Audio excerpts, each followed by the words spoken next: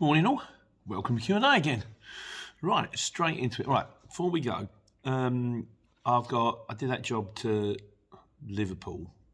I'm being educated. I'm going to class it. And so I've got to drop that off in Cambridge on Monday morning, and then I've got a job to Edinburgh. So basically, I'm going to go from Cambridge to Hemel, pick the job up, then go to Edinburgh because it's got to be dropped to the fitters at 9:30. It's not Edinburgh. I tell a lie. It's Livingstone, which is better for me because it's less city. Edinburgh can be very one way, and this road is shut from 10 onwards. But Livingstone, I imagine, it'll probably be a little bit easier. But so my plan is I'm going to get Hemel on board. By the time I pick Hemel up, I should have 8 hours worth of driving time left. So that should get me to Livingston, or if not, as close to Livingstone as possible. So I'm going to be looking for places where I can park the truck that have potentially got, budget hotels which aren't too dear in the Livingstone area. And as usual, I am the most clueless courier driver there is out there. So if anybody knows anywhere, I don't want to impinge on anybody. I'm just going to do, I'm just trying to find a little hotel or something like that. So any suggestions, please stick them in the comments. Like I say, I'm not going to be there till Monday night. So, if you can, will be helpful. Right. I went to JCB. Like I say, Julian Rowe says, FFSP, was that Franz Ferdinand Sparks, I believe that stands for. We post a lot of jobs to a JCB, but we pay waiting fair and square. Julian, what I was trying to say, and it's probably in my stumbling manner, it's actually got a lot better to the stage that if I now see postcodes of ST14, I kind of go, okay. Because to be honest with you, they had me from the second I turned up to the second I pulled out of the gate in under an hour. And on a truck, that's really good. Well, not really good. Sometimes you can be in and out in 10, 15 minutes. But sometimes hour and 20, 2 hours. I've been 3 hours before. If I know I can get in and out in under an hour, fair enough. And there is no waiting time on that. Because on a truck, you give an hour free, hour loading. If you're really unlucky, you spend an hour getting loaded and an hour getting unloaded. So that's if you're really unlucky. But no, honestly, what I'm trying to say is JCB, the clickers, the thing, the whole thing has got a lot slicker. So maybe guys that didn't do JCB before might want to be a little bit less scared about it. Where's my glasses? Oh, upstairs, hang on. Made myself a coffee. I've got my glasses. My wife says I put my glasses on in the most bizarre manner. She says, you put your glasses on like this. I said, you take them off like that. What if you're going to do it? The panache doesn't hurt, does it? I'm just getting used to the bins, aren't I? Godzilla's hard seat now. It says, interesting thought on waiting time. What increments do you charge? I get the first hour is suck it up and non-chargeable. After the charging period of £40 an hour, do you bill them every 15 minutes? I do. There is that thing that you go, and also I'll be honest with you, although it's an hour, if it's an hour and 20 minutes, I still don't bother. I don't ring them up and go, I've been here for an hour and 20 minutes or an hour and 15 minutes. You have to add another tenner on the job. Because normally with a truck job, you're going to get 250, 300 quid for the job. If the job was Mickey Mouse money to start with, then maybe. But on the whole, sometimes you go, okay, I was unlucky that time. I had one the other day, I had to deliver into Holland and Barrett. I think I might have said about it. I think I did a video on it, and I only managed to get it half an hour and 20 by going and talking to the staff supervisor. But I rang the guy up and said, I ain't going to kick you on it. You paid enough money. I said, look, we've all got to make a living. It's kind of one of them things. I've done one on waiting time before, but it's one of them things you got, like most things to CX, it's kind of an emotional thing. You've got to feel it. You can't just go to the graph and check it out, Koshia Katak says, LOL, I was there last week. It wasn't too bad, to be honest. It was out in 45 minutes. Again, it's not that bad. In a van, you've got to be looking, your waiting time goes over 20 minutes. You've got to expect 20 minutes worth of waiting time in a van. Even then, how often do you actually manage to get the whole thing sorted in 20 minutes? 20 minutes is no time at all, So not JCB. Julian, trying to put the record straight, mate. If you get ST14s, and particularly if it says we pay the waiting time, and every time shipper I've rung up, I've been at JCB, I've got them at JCB, I could be here sometime. They go, yep, we know. Don't worry. Just let us know how long it takes. And they pay. And London Creative, my mate Nick says, because there was all the diggers behind me, he said, can't you ask to have a go and play while you wait? Oh, I'd love to. I would love to have a go, but no, I don't think so. They're very new and I'd probably break them. Right, I also made Liverpool, he says with the air quotes again. Nat says, you're outside the Stena Line ferry terminal in Birkenhead. I'm in that area, shame I missed you yourself. Yes, I am, and in fairness, now I'm putting it, because what happened was the guy said, for the best view of the Liver building, go to the ferry terminal and park. Went to pull into the ferry terminal, and it kind of looked like, if I keep going, there's some electric gates, and they're going to go, which ferry are you getting on? I'm like, oh, no, I want to take some pictures.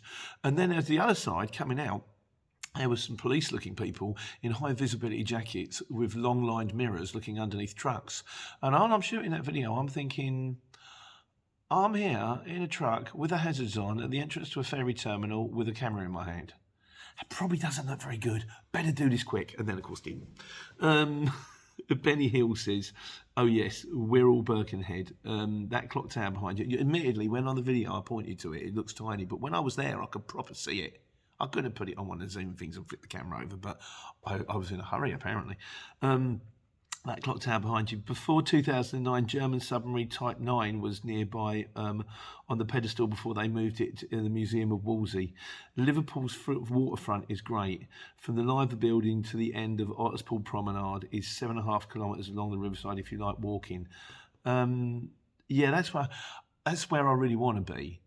But obviously, you can't really. It's not the kind of place you're going to go when you're in a lorry. It's the kind of place where you go for a weekend breakaway with a wife, like, you know.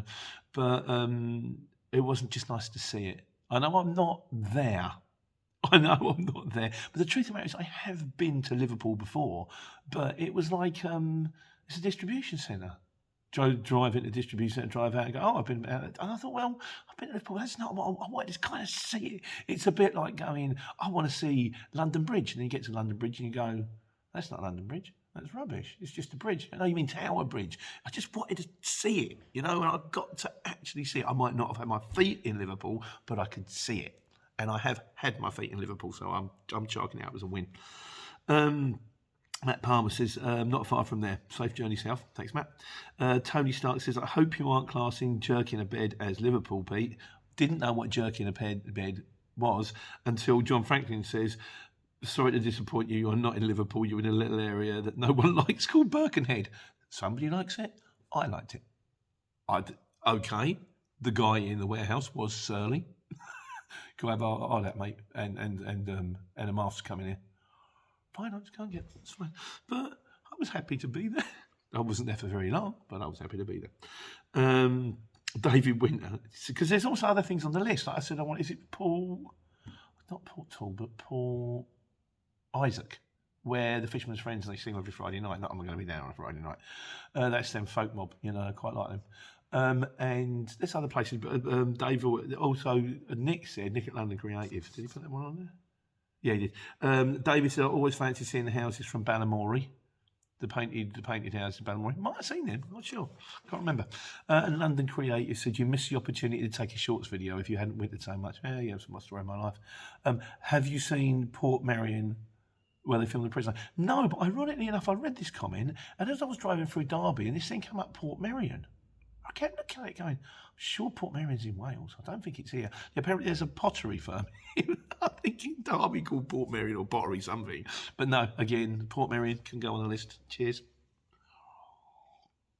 I'll drink the coffee now. Carl Bradley, he says, you want to try to do a job at Freeport near Bootle or Bottle, I'm not sure. I think it's Bootle. It's a nightmare trying to find the correct ship. I've had that before, when you've actually got to ports. And it's like, oh, there's a lot of container ships down here. Not often, I'll grant you, but Longfinger says, Liverpool is dead for jobs. It has been a few times I've been. Like I said, I was lucky. And even then, I was a bit sort of, have I done this? Because I worked it out. I was up to, where did I go to? Think, Peter. It's just above Manchester. Burnley. I think it was Burnley or something like that. That was 3.5 hours. But I was going at 4 o'clock in the morning, so I thought the odds of me getting stuck in traffic, once I get past the Birmingham area, I'm kind of fine, I'm cruising, that's cool. So I got that in 3.5 hours, then an hour to pick the second one up.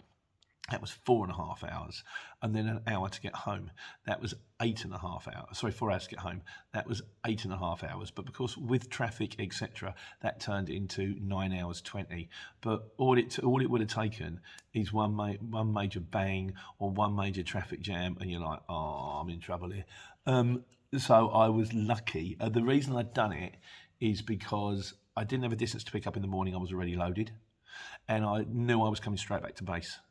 So again, it wasn't like I had to go drop it off and then get back to base, which takes time. But even then, to go that distance in one day, like I say, I've got Edinburgh on Monday, and I don't think I'll drop Edinburgh on Tuesday morning. There's a very slim chance I'm going to get home on Tuesday night.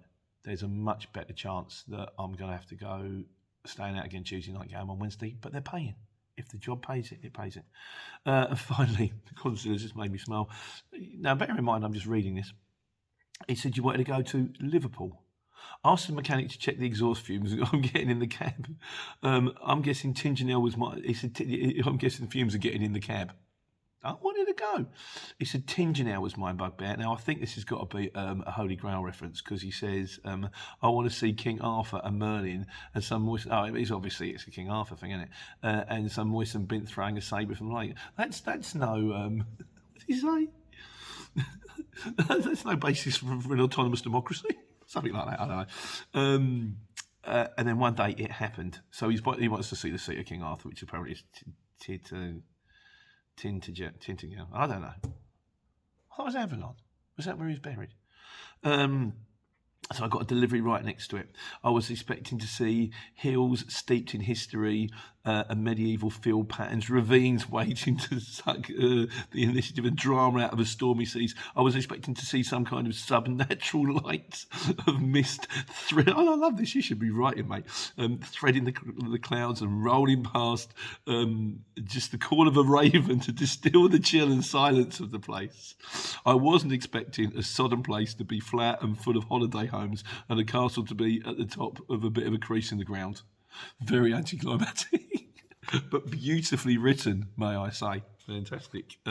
Yeah, I had a bit like that. We went to Sorrento. And we were sold it and we thought it was going to be, like Italian, beautiful people in Armani suits, girls in sort of young girls, brown, thin girls in sort of summer dresses on the back of Vespers, sitting in squares, drinking cappuccinos, that kind of thing. What I actually got was a fat bloke on the back of a flatbed Nissan Cabstar in a stained, dirty vest selling melons. Once again, bit of an anticlimax. Would I go back? No! Been there once. And then have you said when was Naples was rubbish? And I really like Naples. No. Miscellaneous. AA. Do the Argos vans have reversing cameras or sensors? They probably do. They tend to run very new vans. I don't know, because when I was doing the Argos, we were doing it in our own vans. And my van didn't have reversing camera or sensors. I have had them in the past, but that one didn't. Domain name guy, he says, if you don't work weekends, you don't have to think about the weekly rest. Taco Reg, so it's much easier Monday to Friday, Saturday and Sunday is for play. That is exactly how I do it. I've simplified my life. I run Monday to Friday, that's it. It just so happened that one day a job pinged up that I was passing, that was last Saturday, that I was passing that only had to be dropped in Oxford in the morning, and I thought, I'm not that rich that I can't not get up in the morning, drive to Oxford, listen to Radmac on Radio 6, drop off a few rolls of carpet and drive home again. And then this week was a job for one of our customers, which was going into the zone, like I say, and we thought we could get away with putting on 2 Luton vans to deliver in the morning. And then it turned out that the weight was too much. It was like 2.5 ton, which even on 2 Lutons you're pushing, but I can take 2.5 ton, and to put 3 Lutons going into the centre of London would have been a shocker, so I ended up doing it. It wasn't a plan, I ended up doing it, but I will not. And of course, I had the bank holiday weekend, which I think the Urban Trucker says, I think you're going to be all right, because you've had your 45 hours rest over the bank holiday. I'll check my card later when I do the cards. So I'm going to be okay, I think. But no, normally I just don't run weekends. I just Monday to Friday. Weekends is for videos and for taco cards and for all that kind of stuff. And then Sunday is for cutting the grass, and Sunday afternoon is for drinking beer and falling asleep in the sunshine if we ever got any. Steve Manning says, Hi Pete, great content. Thanks, Steve. Start out the exchange next week. He said he's going to go for the whole nose and jump. It's the only way to do it, mate. Thanks for your help. No problem. He said, by the way, a drop side looks like a tipper, but instead of tipping the sides of the load area down, the sides. So you load on off the bed and then you pop them back up before you set off. So it's basically like a flatbed, but with the you see on the side. Jack Farrell also says thanks. He said the drop size is a long wheelbase Luton size van, but the open back so loads would need to be sheeted. I will do one on maybe because there's another question further on about fridge vans and like on specialist vans on the CX on how much work there is from because there is work, but it's rare. So I'm going to have to come back to that one.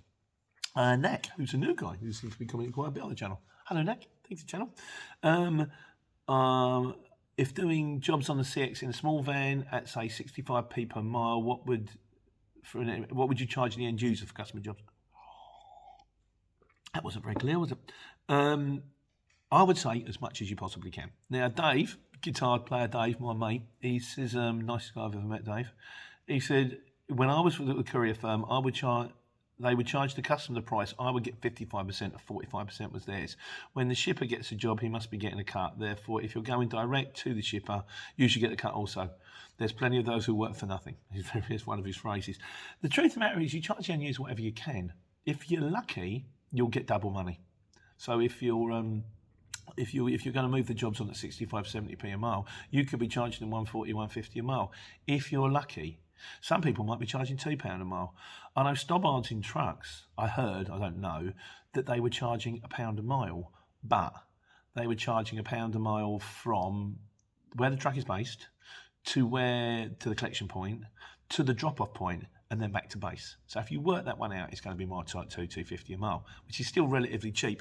But yeah, I would say if you can get double bubble, if not, because the problem is if you charge them too much money, then they get a quote from someone else, you might lose your customer. If you charge them too little money, you're just giving money away.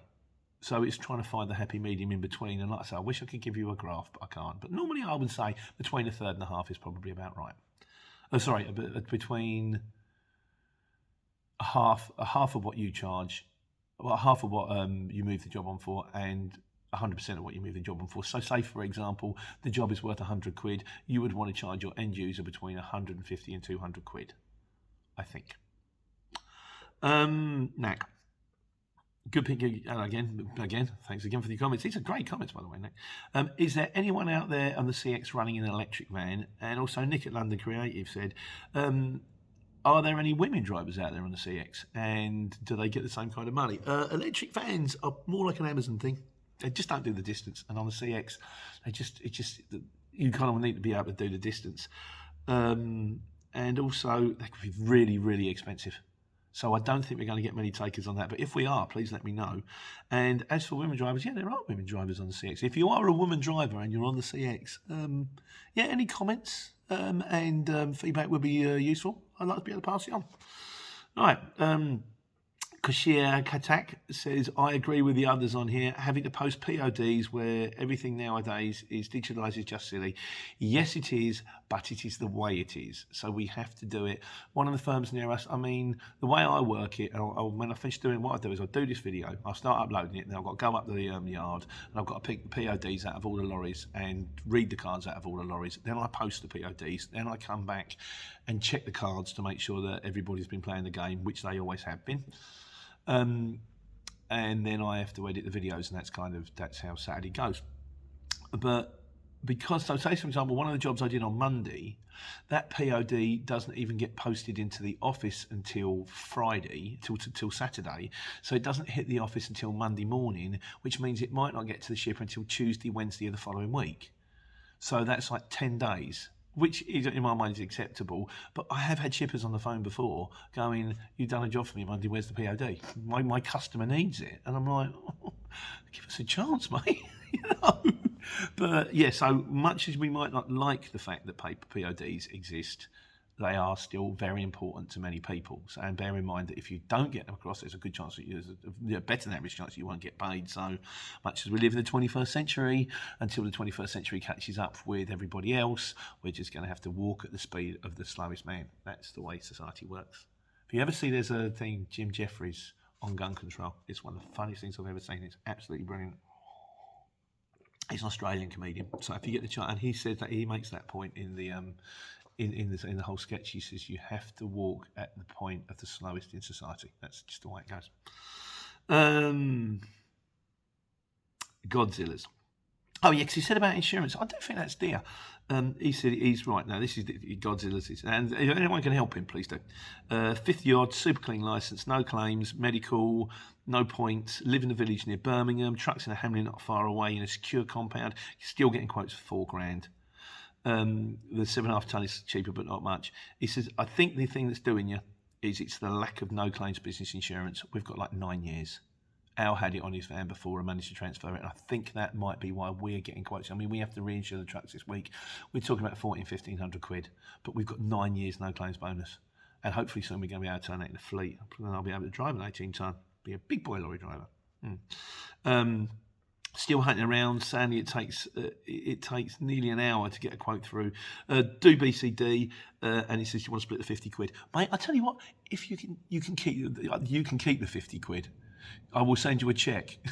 If they pay me, I will send you a cheque, because by the sounds of things, you need it more than I do, and it's the least I can do. So, but yeah, good luck, mate. I think it's all I can think of, because everything is super duper there. Having said that, if it's £4,000, what's that going to work out to? 300 quid a month. That's about 75 quid a week. It's an on cost, but you should get that back at half your first job. So I still think it's worth it. Mackenzie MI5 Couriers, he's still doing the thing out there. He thinks a Luton van with a curtain side is great. The tail lift, does it lower your capacity? Again, the question ratio to tail lift or not to tail lift. Be it nobler in the mind to suffer the slings and arrows of outrageous fortune, or something like that. We've done King Arthur and Shakespeare today. This is kind of like GCSE English. I think I'm overdue a video on what is more important, curtain or a tail lift, but to be honest with you, it's flip a coin. What's more important, curtain or tail lift? Yeah, both. But we'll cover that one. Kenneth, I hope you're doing well, mate. Raj, 1975. How much should you charge weight and return? I would say when I calculate weight and return, I will go big money, proper money out there, half money back.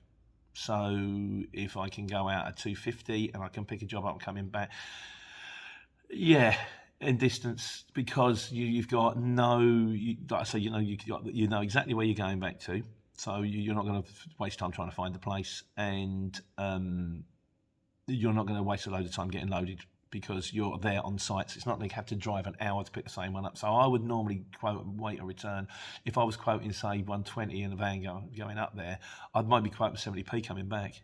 In a lorry, again, I try to. I wouldn't. Don't get me wrong. If I'm going to charge them silly money coming back, I want the proper money going up. So it's normally about that. Maybe we'll do another one on that for you, mate, if I haven't done one before. Urban Trucker. Hey Nick, how you doing? He says, I don't think you need to worry about your weekly rest. Yeah, we covered that because of the bank holiday. Yeah, I think I should be okay. I'll have a look at the card later.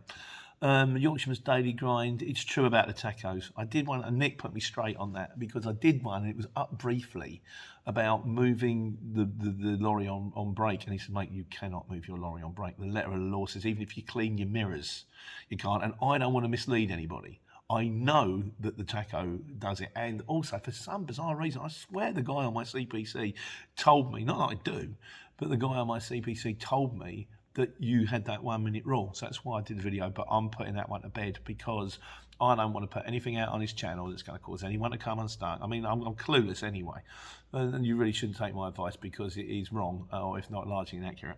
But I am putting anything out that's going to get anybody into trouble. So Nick, thanks for the heads up on that one. But Yorkshireman's Dad Gross, it's true about tacos, what they used to say they were stealing driving time. Right, we're going to do a little spotlight now. But later on in the video, spotlight on a new guy, Caroline 9176. That's a droid's name. He says, right, a few things. He says, get a truck atlas. GP7s are okay, but not infallible.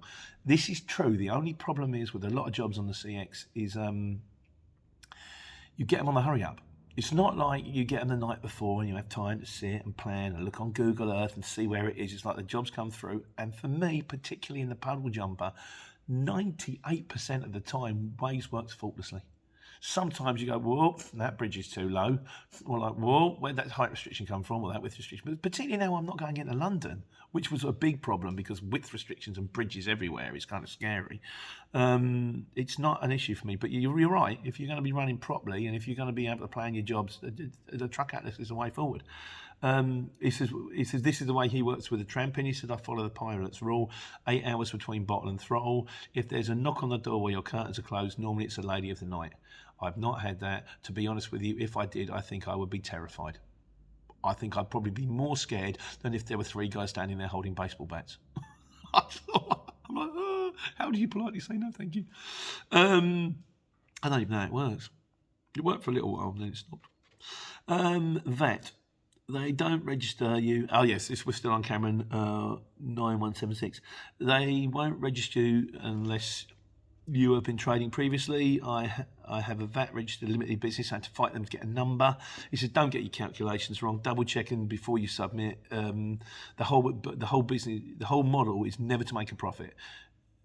You pay tax on profit. Build and train your company to prevent it. So what he's saying is, rather than making profit, if you've made any money, use that money to reinvest in the company, and then maybe, presumably, one day when the company gets big and strong enough, you can sell it, or you can just carry on making more and more money.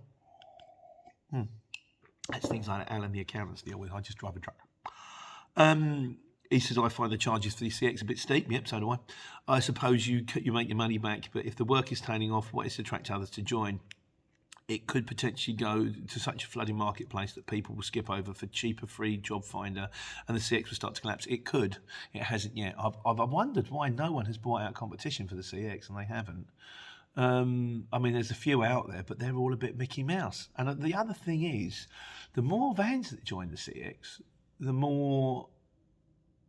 It seems to be the more jobs kind of come to meet the vans. It's a bit like, well, we've got this platform, we need stuff moving, I'll get the CX. That's the way you get stuff moved. It could go your way, or it could get bigger and bigger. And if it gets bigger and bigger, it'll probably get more and more expensive. But the costs are going up as well. I know a few people I spoke to recently, particularly with the driver shortage, with the lorry driver shortage, jobs are just getting dearer. It's like, well, if you want it, move, mate. You know, before we could just go, oh, we'll put down the overnight. But it's just like, you know, they're talking about it on the news all the time now, these gaps in supermarkets, and McDonald's is running out of Coke and Nando's is running out of chicken. And it's like, well, if you want it, move, mate. We can move it for you, but it's going to cost you. It could go that way. Have to wait and see. Daniel Karuku says, how do I remove an engine warning light? There are 2 ways to remove an engine warning light. You either Google it or YouTube it to see if it's not a scary engine warning light, in which case you can sometimes do it by turning the keys or doing the clicky thing. But the best way to remove an engine warning light is go to a mechanic and go, can you please plug your computer in here and find out what is wrong with my engine? And then he will go, there's nothing wrong with your engine, it's probably just a sensor, or don't drive this, it will blow up. So the best way to do it is go to a mechanic. Try and find yourself a local mechanic who isn't going to charge you an arm and a leg, who's got his own little computer. Graham North. Again, by the way, Daniel, that is my advice and it's probably wrong. Bear that in mind. Graham North, what you can earn is linked to your location. Living in Skegness means 60 dead miles most days to the A1 or the M180. Yes, when we were doing the van thing, we did have a guy who wanted to start in Skegness, and we said that you can do it. I said, but bear in mind, you're going to get up at 5:30 in the morning. You're going to drive to about 6, 7 o'clock towards the Peterborough, Northampton, Kettering, Corby area. Look for you all the time, because if you sit in Skegness, you ain't it. Once in all the time he's running, a job come out of Skegness. You ain't going to get a job out of Skegness. Half of it is next to the sea. You don't get jobs out of the sea. If you go to pick them up, your van gets very wet. But he didn't. You know, we're looking at it like 9 o'clock in the morning, he's still home, and then he said, this doesn't work. I said, well, no, it doesn't work. Well, yeah, if you can. I've done one on areas where you can still run on the CX if you live in very quiet areas, but be prepared to do distance to pick up, and also really be prepared to tramp. Not every night, but 1 or 2 nights maybe, because it's just going to massively increase your chances of actually owning some decent dough. Joe Render says, hi Pete, how do you think the big shippers are getting their customers? I have done, and says good luck with your O license. I have done one before on end users. The truth of the matter is big shippers will pay people. They will pay people to be on the telephone. They will pay Google ads. They will pay... they will do leafleting, that kind of stuff. They will pay people to go around and get customers for them, which is what you. And then if you can't afford to pay people, then you have to do it yourself. Daniel H. He said, like your video, thank you very much. So I have a question. Is there any work for the CX for a fridge van? Like I say, Daniel, I'm going to try and do one on specialist vans. There is work for fridge vans. I used to know a guy who was on fridges, but I think I upset him. I'm so sorry about that. It still bugs me. There is work for fridge vans, like there is work for drop sides, like there is work for Moffats, like there is work for, whatever, high abs. There is work, but there's not a lot of work. Most work tends to be just for normal vans. JRS UK, he says, when you're talking about loading things, are you talking about Euro pallets or UK pallets? When I talk about pallet spaces, I talk about standards. So you're talking about 120 centimetres by 1 metre. Euros, I think, are about 120 by 80. But yeah, when you're talking about a long wheelbase van, I'm talking about 3 pallet distance. You should theoretically have 120 across, so about 3 metres. That would be a bed for a long wheelbase. And finally, in conclusion, JRS UK says Steve is very wooden in front of the camera. There's Steve. Yes, he is very wooden. He's very tall as well. He's as tall as me, 6'1". Anyhow, that's it. Cool. I'm going to upload it. Got to do my cards now. Like I say, anybody knows decent places to stop around Livingstone or on the way up to Livingstone. Hopefully, it's, obviously I might not get all the way there because I might run out of time. Please let me know in the comments. I'm not going to be up there until Monday evening anyway. And in the meantime, enjoy your weekend. Take care and take money.